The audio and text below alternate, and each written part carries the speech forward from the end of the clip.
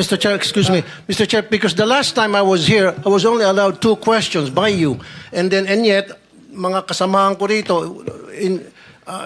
bilang respeto sa mga kasamahan ko, they were allowed na 1 to sawa. Dapat maging fair ka, Mr. Chair. Pag sinabi mong 2 questions, 2 minutes talaga, you have to stick with it. You're not being fair, Mr. Chair. I am fair kasi nandito ka sa... No, kasi nung last time, sabi mo sa akin, 2 questions lamang. And now, pinapayagan mo kahit na ilang questions. Be fair, Mr. Chair.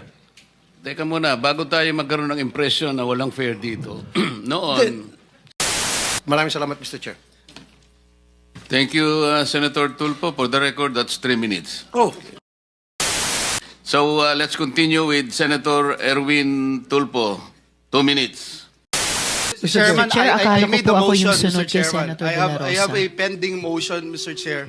Okay lang? Clarification, Mr. Chair. Akala ko po ako yung Oo nga, kasunod kayo na po ang ni susunod. Senator Kaya De La lang, ang Rosa. daming ayaw pang bumitaw. Wala Hindi, tayong hindi. mga- Hindi ho, Marami naghihintay kayo naman po last ako. na daw, last. Tinatanong ko lang po Last, yung last. sequence. So when they were appointed by whoever, President Duterte or President Marcos, because I know for a fact you were appointed by President Duterte originally, di ba?